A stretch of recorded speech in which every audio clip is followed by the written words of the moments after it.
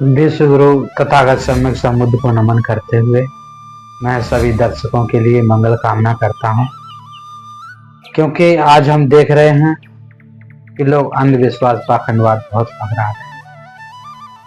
क्योंकि भगवान तथागत सम्यक समुद्र ने कहा है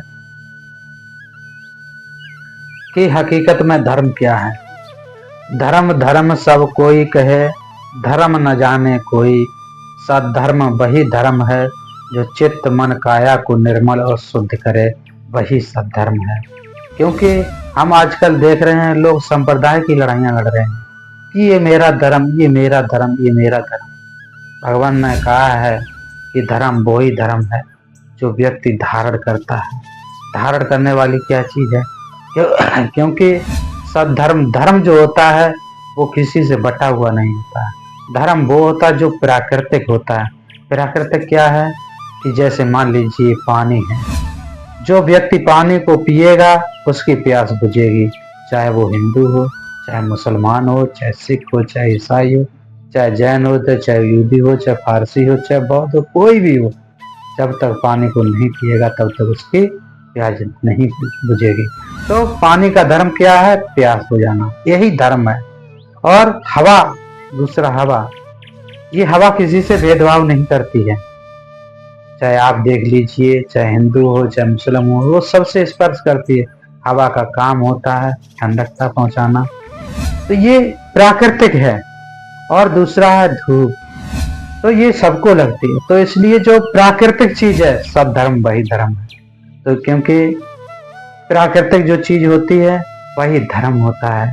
क्योंकि जो जनता ऐसी चीजों को, अंधविश्वास पाखंडवाद को मानती है और ये कहती ये मेरा, ये मेरा, ये मेरा, ये कुछ नहीं है। भगवान ने कहा है गाथा में, उत्था मथी धर्मती बालो ही अतनो नाथो कुतो पुत्ता कुतो धन, ये मेरा, ये मेरा, ये मेरा, धन दौलत ये मेरा। भगवान ने कहा ये जो शरीर है यही अपना नहीं है, तो कहाँ कहाँ हम दौलत होगी।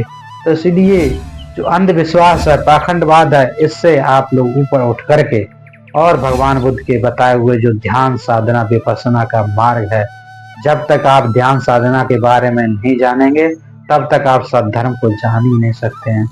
सद्धर्म वही धर्म है जिससे आपका मन शांत होता हो, निर्मल होता हो और आपके मन को शांति मिलती हो, वही सद्धर्म है।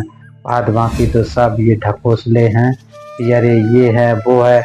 आजकल किसी से कल्याण नहीं होने वाला है। आपको घर से निकलना पड़ेगा, आपको घर से चलना पड़ेगा, तभी आप मंजिल पे पहुंचेंगे। अगर आप घर बैठे बैठे मंत्रों का जाप, उच्चारण, अध्ययन कुछ भी करते रहेंगे, आप अपने मंजिल को प्राप्त नहीं कर पाएंगे। अपने मंजिल को तभी प्राप्त करेंगे जब उठ करके आप चलेंगे, उस मंजिल को छूने के लिए अपना अगला कदम आगे बढ़ाएंगे, तभी आप मंजिल को प्राप्त कर सकते हैं। तो इसलिए अंधविश्वास पाखंडवाद के उसमें ना चक्कर में पड़ करके अपने आप को कर्मठ बनाएं, अपने आप को कर्ता बनाएं। जो व्यक्ति करता है उसका भविष्य भी सुधरता है, भूत भी सुधरता है और वर्तमान भी सुधरता है। क्योंकि व्यक्ति जब वर्तमान में मेहनत करता है तो उसका उपभोग होता है आगे भविष्य में, उसकी वो पूंजी, इकट्ठी हुई पूंजी उसकी आगे काम आती है। तो इसलिए अपने जो अर्जित पुण्य है उनका अर्जित करते रहें, क्योंकि आप जब तक पुण्य अर्जित नहीं करेंगे, आपके पूर्व जन्म के जो पुण्य हैं वो आपका इस समय में आपका सहयोग कर रहे हैं, साथ दे रहे हैं। अगर आप पुण्य कर्म, अच्छे कार्य नहीं करेंगे, जो जनता के लोग कल्याणकारी हैं और भलाई के कार्य हैं, उनको नहीं करेंगे, तो आगे आपके पुण्य खत्म हो जाएंगे। तो अंधविश्वास में पड़े रहेंगे, उससे आपका कोई कुछ नहीं मिलने वाला है। तो सद्धर्म को पहचानिए, सही रास्ते को पहचानिए, उस रास्ते पे चलिए, आपका कल्याण होगा। अगर आप गलत रास्ते पे चलेंगे तो कभी मंजिल को प्राप्त नहीं करेंगे। सद्धर्म वही धर्म है जो सही मार्ग पर चलता है, सम्यक मार्ग पर चलता है, वही सद्धर्म है। तो मैं सभी दर्शकों के लिए बहुत बहुत मंगल कामना करूंगा। यही आप लोगों से भावना करूंगा कि आप लोग सम्यक मार्ग पर चलते रहें। साधु साधु।